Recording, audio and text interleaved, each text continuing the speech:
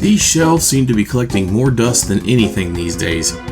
Have you watched all of our old videos and listened to the old podcasts? There might be some fun unknowns in there for you. You know what? Let's just discuss some fun unknowns right now.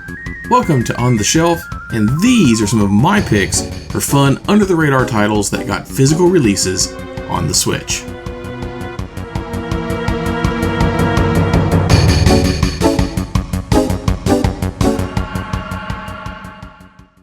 Let me preface this list by saying this is not a ranked list, and you may have heard of these titles. I would like to think that anyone who watches or listens to my content would be in the know-know, but maybe you haven't, or more likely, you might have forgotten, or know someone who hasn't. So before we begin, please consider liking, subscribing, and sharing this video with a friend who might need some help picking out a fun game to try. With that, let's get this show on the road. The first game on my list is not new to my audience, as it's been mentioned in the past more than once. But it shows up again and again for a reason. It's an amazing game not enough people know about. Do you like platforms? Do you like pinball? I don't care what the answer to either of those was, or if it was no, because this is my list, and I'm going to suggest Yoku's Island Express from Villa Gorilla and Team 17 anyway. Gorgeous visuals spring off your screen as you take control of Yoku, a dung beetle, and perform his job as postmaster, all while working towards saving the deity of your island. The platforming and collecting, and mail delivery, are all blended together well by the unexpected aspect of pinball. Pick up speed to make massive jumps over chasms, or fling yourself with flippers to break open new areas and progress on your mission. Did you know that an extreme overabundance of cat memes and puns were missing from your life? Well, I'm telling you that it was, but it doesn't have to be. Open world action RPG Cat Quest from the Gentle Bros, insert sly plug about the interview with them on the channel here, and P-Cube will get you up to and way past your quota for them. The art style in this one is also fantastic, and the gameplay is smooth and fun. Dungeons to explore, loot to be collected, bosses to defeat, dragons to slay, upgrade your gear, level up your magic. This game has all the classic RPG tropes, while also breathing new life into it with a lighthearted story and playful graphics. Not only was this underestimated by most, it also spawned a sequel, and the best part is, both games come on a single cartridge now, so it's like getting two games for the price of one, which is actually what it is. The second game even adds dogs, so you don't have to pick sides in the great animal debate. I don't know about you, but I know that I used to be kept up all night, tossing and turning, wishing for a Mario 64 clone to play on new generation consoles. I sleep like a baby, and now, so can you, thanks to Poi Explorer Edition from Polykid and Alliance Digital Media. When I refer to this as a Mario 64 clone, that is not to be taken lightly. This is very much exactly that. Obviously, some things have been changed, but the controls and gameplay, down to the collection aspects of the stars, medallions, are all there. There's even a slippery ice world designed specifically to make me angry. There are mini games that reward medallions, you collect coins, you jump from world to world to run what is essentially missions.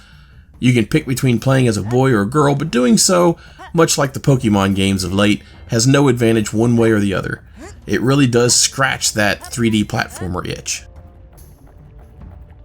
Brothers, am I right? Playing with your games, finishing off the cereal, eating your favorite flavor and only your favorite flavor out of the Neapolitan ice cream carton, getting kidnapped through a portal you open while Googling ways to get rid of little brothers. That happens to all of us with Monsters for Siblings, right? No, just me? Well, me and Max from Max, the Curse of Brotherhood, from Press Play and Flashbulb Games and Wired Productions. This is a delightful puzzle platformer where you can gain and use different abilities aided by magic markers. Not the brand, legitimate magical markers. Need to swing across a valley? Draw some vines, cut them in two. Need to reach a cliff? Drag up a pillar to make a platform, or even ride it up from the ground floor as you raise it. There are your normal events like escape from this or that without getting caught or falling into lava, not to mention the collecting aspect, but at its core, it feels pretty innovative, especially how you solve some of the puzzles, and even more especially that you can solve them in more than one way. for sure it's a nice little pickup. One of the more underappreciated genres is rhythm, and one of the more hassled programming engines is Unity, but the Switch seems to breathe new life into both of those. This final game is not underappreciated on the whole.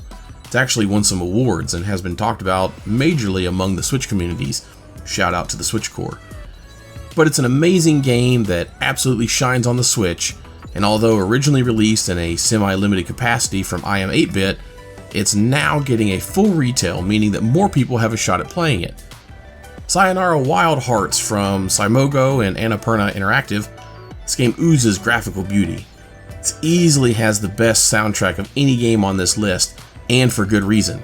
The soundtrack is the game. Zoom through the brightly colored landscape, interacting with the beats of the music to make your way to the end. Stunning to look at and fun to play. Is it under the radar? Maybe for some people. Does it belong on this list? Yes, because it's on the Switch and more people need to play it. So that's it for my first list of underrated games on the Switch that have gotten a physical release. Do you agree with my list? What game do you think I should have included? Leave a comment below telling me, and maybe it'll be a choice in a future list. Don't forget to do all that like, subscribing, and notification clicking goodness. You can also find us on Twitter at OTS Collectors, where you might enjoy my hot takes, food pictures, and other randomness at CyrixSG. There are a few things planned for the future, so thanks for hanging in there. Hopefully we'll all get through this worldwide craziness soon and things can get back to a little bit of normal. My name's Cyrix. This has been On the Shelf. Thanks for watching, and we'll see you next time.